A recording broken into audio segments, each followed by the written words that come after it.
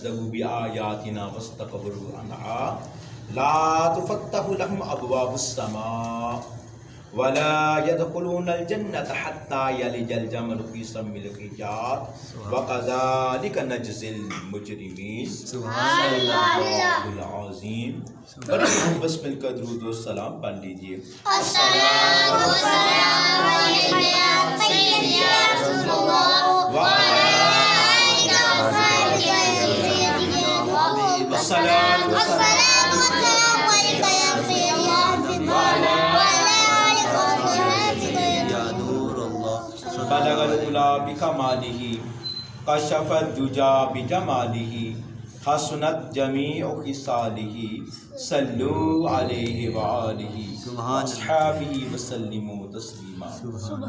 عزیزان محترم، بسم قادریہ اویس رضویہ کے ذریعے تمام ہفتہ وار محفل ذکر و درود میں آج ہم نے سورہ اعراف 8واں پارہ اس بابرکت سورت کی آیت نمبر 40 کی تلاوت کرنے کا شرف حاصل کیا،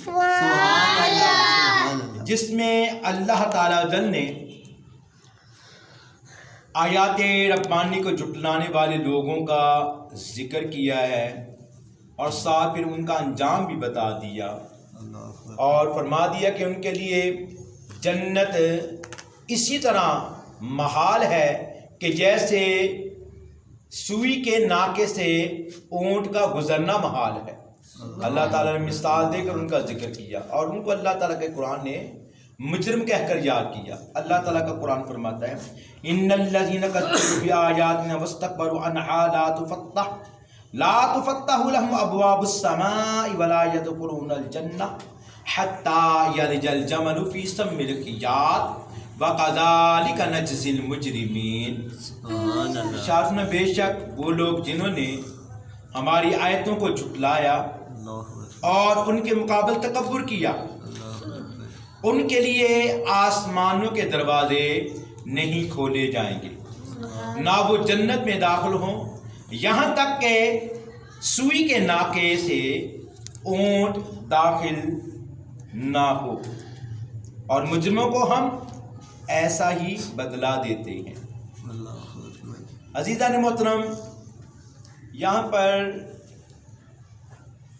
آیتوں کو جھٹلانے والے اور مجرموں سے مراد یہ کافر مراد ہیں کہ جنہوں نے اللہ تعالیٰ کے پاک نبیوں کو جھٹلایا، اللہ تعالیٰ کی آسمانی کتابوں کو جھٹلایا، اور خصوصاً امام الانبیاء سید الانبیاء صلی اللہ علیہ وسلم کی ختم نبوت کو نہ مانا، حضور کی رسالت کو نہ مانا، قرآن پاک کی آیات بینات کا انکار کیا اور کفر کی حال میں دنیا سے چلے گئے۔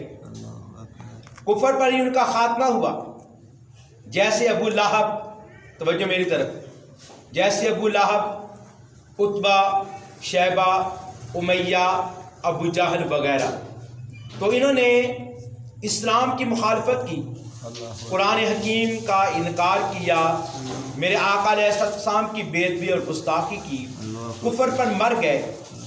تو ایسے لوگوں کے متعلق فرمایا گیا کہ ان لوگوں کے لیے جو ہے آسمانوں کے دروازے نہیں کھولے جائیں، کافروں کے لیے آسمانوں کے دروازے نہیں کھولے جائیں۔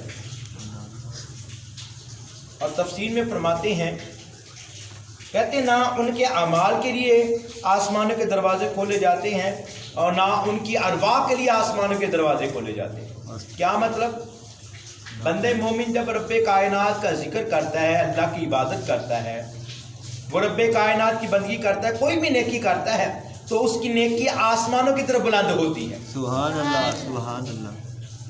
آسمانوں کی طرف اس کی نیکی بلند ہوتی ہے، بارگاہ رب العزت میں اس کی نیکی پہنچتی ہے۔ جیسا کہ حدیث پاک کا بھی مفہوم ہے کہ جب کوئی بندہ نماز ادا کرتا ہے، ایسے نماز ادا کرتا ہے کہ نماز کے فرائض، شرائط، واجبات، اس کی تمام چیزوں کو، ارکان کو اچھے طریقے سے ادا کرتا ہے، تو وہ نماز جو ہے وہ بلند ہوتی ہے اور اللہ تعالیٰ کی بارگاہ میں حاضر ہو جاتی ہے اور دعا مانگتی ہے کہ اللہ جیسے اس بندے نے میری حفاظت کی ہے، مالک کائنات اس پر رحمت فرما، سبحان اللہ، سبحان اللہ، مالک کائنات اس کو جنت عطا فرما۔ تو یہ بندے مومن کے اعمال بلند ہوتے ہیں، اللہ تعالیٰ کی بارگاہ کی طرف بلند ہوتے اٹھتے ہیں، اور کافر کا کوئی بھی عمل اللہ تعالیٰ کی بارگاہ میں پہنچتا نہیں۔ کیوں؟ اس لیے کہتے ہیں اس کا عمل خبیث ہے، اس کا عمل پاک نہیں ہوتا، ناپاک ہوتا ہے، ٹھیک ہے نا؟ تو ایسے یہ بھی یاد رکھیں کہ فی زمانہ لوگوں میں آج کل جو کفار ہیں، یہود و نصارہ ہیں، غیر مسلم ہیں، تو وہ بھی رفاع عامہ کے بڑے کام کرتے ہیں، نیکیوں کے کام کرتے ہیں، ٹھیک ہے نا؟ مخلوق خدا کے لیے بڑی بڑی وہ دنیاوی لحاظ کے ساتھ بڑی ہمدردی والے انہیں ادارے بھی کھولے ہیں، جانوروں کی بڑی کیئر کرتے ہیں، مگر ان کے عمل فقط دنیا تک محدود ہے، ان کے عمل اللہ کی بارگاہ میں مقبول نہیں ہوتے، اور دنیا میں ہی ان کو اللہ تعالیٰ اس کا بدلہ دے دیتا ہے۔ جبکہ بندے مومن کی یہ شان ہے کہ اس کا عمل جب وہ دنیا میں کرتا ہے اس کا فیض بھی دنیا میں پھیلتا ہے، اور اللہ تعالیٰ جو اس عمل کو بھی اپنی بارگاہ کی طرف بلند فرماتا ہے، اور اس عمل کے لیے اس کی نیکی کے لیے آسمانوں کے دروازے کھول دیے جاتے ہیں، اس کا عمل اللہ تعالیٰ کی بارگاہ میں حاضر ہوتا ہے۔ اور اسی طرح پھر کافر جو ہیں، ان کی روحیں بھی، کافروں کی روحیں بھی آسمانوں کی طرف نہیں جانتی، اور نہ ہی وہ اللہ تعالیٰ کی بارگاہ میں حاضر ہوتی ہیں۔ ان کی روحیں، ان کے عمل زمین تک رہتے ہیں، بلکہ جہاں وہ دفن ہوتے ہیں وہیں پر ان کی روح خبیث جو ہے وہ وہیں پر اٹکے پھنسی رہتی ہے، جبکہ بندے مومن کی روح جو ہے وہ پرواز کرتی ہے۔ جیسا کہ بہار شریعت میں بھی حضور کی فلاں مفتی امجد علی اعظمی رضوی قادری رحمۃ اللہ تعالی علیہ آپ بھی نقل فرماتے ہیں کہ اہل ایمان کی روحیں جو ہیں وہ قید نہیں ہوتی، جب وہ انتقال کر جاتے ہیں ان کی روحیں نیکیوں اور مراتب کے مطابق پرواز کرتی ہیں۔ سبحان اللہ۔ کسی کی روح جو ہے وہ پہلے آسمان کے تک جو ہے وہ بلند فرماتی ہوتی ہے، کسی کی روح پہلے آسمان تک بلند ہوتی ہے، پھر کسی کی روح جو ہے دوسرے آسمان تک جاتی ہے، کسی کی روح تیسرے آسمان تک، کسی کی چوتھے آسمان تک، کسی کی روح جو ہے وہ رب کائنات جل کے عرش کا طواف کرتی ہے، سبحان اللہ۔ جیسے کہ انبیاء کرام کی ارواح لگا لیں، شہداء کی، اور اسی طرح شہداء کے متعلق آتا ہے کہ ان کو اللہ تعالیٰ جل سبز قالب، ان کی روحوں کو، ان کے جسموں کو جو ہے اللہ تعالیٰ جل سبز قالب عطا فرماتا ہے، اور وہ جنت کی سیریں کرتے ہیں۔ سبحان اللہ، سبحان اللہ۔ اور اسی طرح بعد جو صالحین ہیں، جو اہل ایمان ہیں، نیک اللہ کے بندے ہیں، ان کی روحیں جو وہ کعبۃ اللہ شی کا طواف کرتی ہیں، بعد آب زمزم شی کے چشمے کا طواف کرتی ہیں، بعد کہیں سیر کرتی ہیں، کہیں سیر کرتی ہیں، کیونکہ بندے مومن کی روح جو ہے وہ قید نہیں ہوتی بلکہ وہ آزاد ہوتی ہے، سبحان اللہ۔ اللہ تعالیٰ کے حکم سے، اللہ تعالیٰ کی اطاعت سے، رب کائنات کے اذن سے، وہ اللہ تعالیٰ کی اطاعت سے جہاں چاہے وہ جاتی ہیں اور وہ آتی ہیں۔ یہ صرف مومن کی شان ہے، سبحان اللہ۔ مومن کو اللہ تعالیٰ جل نے یہ مرتبہ دیا ہے۔ آگے اس کی تفسیر میں ابن جریج آپ بھی فرماتے ہیں کہ آسمان کے دروازے نہ کافروں کے اعمال کے لیے کھولے جائیں، نہ ارواح کے لیے، یعنی نہ زندگی میں ان کا عمل ہی آسمان پر جا سکتا ہے، نہ موت کے بعد ان کی روح آسمان پر جا سکتی ہے۔ اللہ اکبر، اللہ۔ جبکہ کہتے ہیں کہ اس کی ایک تفسیر یہ بھی بیان کی گئی ہے کہ کافر جو ہے اس کے لیے آسمان کے دروازے نہ کھولے جانے کا معنی یہ بھی ہے کہ وہ خیر، برکت اور رحمت کے نزول سے وہ محروم رہتا ہے، نہ اس پر اللہ تعالیٰ کی طرف سے رحمت ہوتی ہے، نہ اس پر خیر ہوتی ہے، اور نہ اس کو برکت عطا ہوتی ہے، وہ ان تینوں نعمتوں سے جو ہے وہ محروم رہتا ہے۔ تو اس وجہ سے بھی یہاں پر کافروں کی طرف فرمایا گیا کہ ان کا جو ہے نا وہ عمل آسمانوں کی طرف بلند نہیں ہوتا۔ تو آگے فرمایا کہ ان کا جنت میں جانا ہے جو ہے وہ اسی طرح محال ہے کہ جیسے سوئی کے ناکے سے اونٹ کا گزرنا محال ہے۔ سوئی کا ناکہ دیکھا نا آپ نے، کتنا باریک سا ہوتا ہے، بالکل باریک سا جاتا ہے، اتنا باریک ہوتا ہے کہ اس میں سے میرا خیال ہے صحت مند کیڑا بھی نہیں گزر سکتا، ایسی ہے۔ تو پھر بکری کا گزرنا اس سے زیادہ مشکل، گائے کا اس سے گزرنا اس سے زیادہ مشکل، اونٹ پھر ان سب سے زیادہ جسامت والا ہے، قد و قامت والا ہے، وہ اس سوئی کے ناکے سے گزر سکتا ہے؟ نہیں گزر سکتا۔ اللہ تعالیٰ نے یہ محال بیان کی ہے کہ جیسے اونٹ کا سوئی کے ناکے سے گزرنا محال ہے، ممکن نہیں ہے، یہ نہیں ہو سکتا، بالکل اسی طرح کافروں کا جنت میں جانا بھی اسی طرح محال ہے۔ کافر کبھی جنت میں جا سکتا نہیں، کافر جنت میں نہیں جائے گا،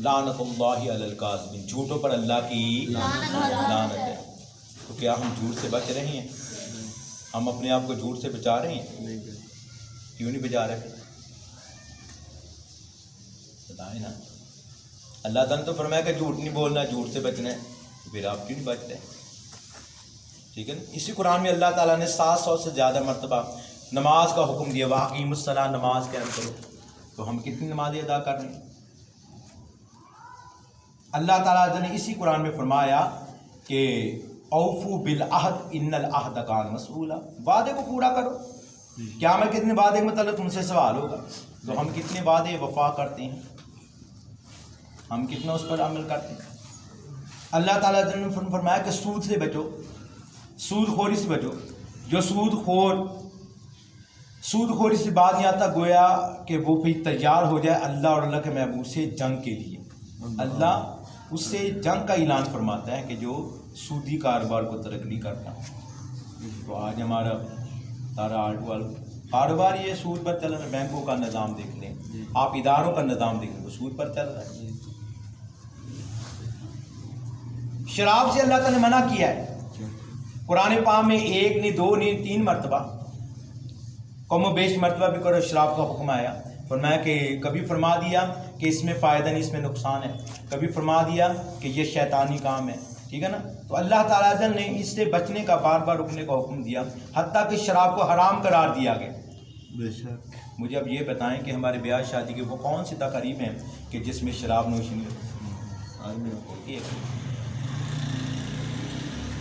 اب یہ صرف میں نے 4-5 صرف اب چیزیں میں نے آپ کے سامنے رکھی ہیں، تو اگر نا بہت ساری قرآن پاک کے احکامات، بہت سارے فرمان مصطفیٰ ایسے ہیں کہ جن پر ہم عمل نہیں کرتے۔ تو دعویٰ ہم کر کے بیٹھے ہیں کہ ہم پکے جنتی ہیں، کام ہمارے کفار والے ہیں، کام ہمارے یہود و حنود والے ہیں، اللہ کو ناراض کرنے والے ہیں، اللہ کے سونے حبیب علیہ السلام کی عطا سے منہ موڑنے والے ہیں، اور ہم بس نہیں کسی گمان میں ہم بیٹھے کہ ہم صرف پکے جنت کے ہمیں جنت میں داخل ہوں گے۔ اس سے کوئی انکار نہیں ہے کہ نجات ہوگی تو اللہ کے فضل سے ہوگی، میرے حضرت علیہ السلام کی شفاعت سے ہوگی، اس سے کسی کو انکار نہیں۔ مگر کیا اس چیز کو سامنے رکھ کر ہم نماز چھوڑ دیں، ہم قرآن پاک کی تلاوت کرنا چھوڑ دیں؟ نہیں جی، ہم تو پکے جنتی ہیں، ہمیں نماز کی حاجت نہیں ہے، ہمیں کوئی ضرورت نہیں ہے، ہم روزہ ترک کر دیں، ہم ہمارے صالحہ کو ترک کر دیں، ہم کہیں کہ ہمیں اس کی ضرورت نہیں بھی ہمارے صالحہ بھی کرنے ہیں، نیک عمل بھی کرنے ہیں، اور نیکی کرنے کے بعد پھر اس کو اپنے ذات کے اوپر اس کا گھمانڈ نہیں کرنا کہ ہم نے یہ بڑا نیک کام کیا۔ نہیں، نیک عمل ہو گیا، اب اللہ کے بارے میں دعا کرنی، مالک کائنات تیری رحمت، تیرا فضل کہ تو نے مجھے نماز پڑھنے کی توفیق عطا فرمائی، تو نے مجھے قرآن کی تلاوت کی توفیق عطا فرمائی، تو نے مجھے محفل پاک میں آنے کی توفیق عطا فرمائی، تو نے مجھ پر کرم کیا۔ یہ اللہ تعالیٰ کا کرم ہے، رب کائنات کا کرم اس سے مانگو، اس کی رحمت مانگنی ہے، اس پر گمانڈ یا غرور نہیں کرنا۔ گمانڈ اور غرور کرنے کی وجہ سے کیا ہے، وہ ہماری عملی ضائع ہو جائیں گے۔ اس لیے عزیزان محترم، کوشش کریں کہ اللہ تعالیٰ جل اور محبوب علیہ السلام کے احکامات پر عمل پیرا ہونے کی، اسی میں ہماری نجات ہے، اس میں ہماری دنیا اور آخرت کی بھلائی ہے، اور آقا علیہ السلام کی اطاعت اور حضور کی سچی غلامی جو ہے وہ دنیا میں بھی کامیابی کی ضمانت ہے اور آخرت میں بھی کامیابی کی ضمانت ہے۔ دعا ہے کہ اللہ تعالیٰ ہم سب کو اس پر عمل کی توفیق عطا فرمائے، آمین ثم آمین، وما علینا الا البلاغ۔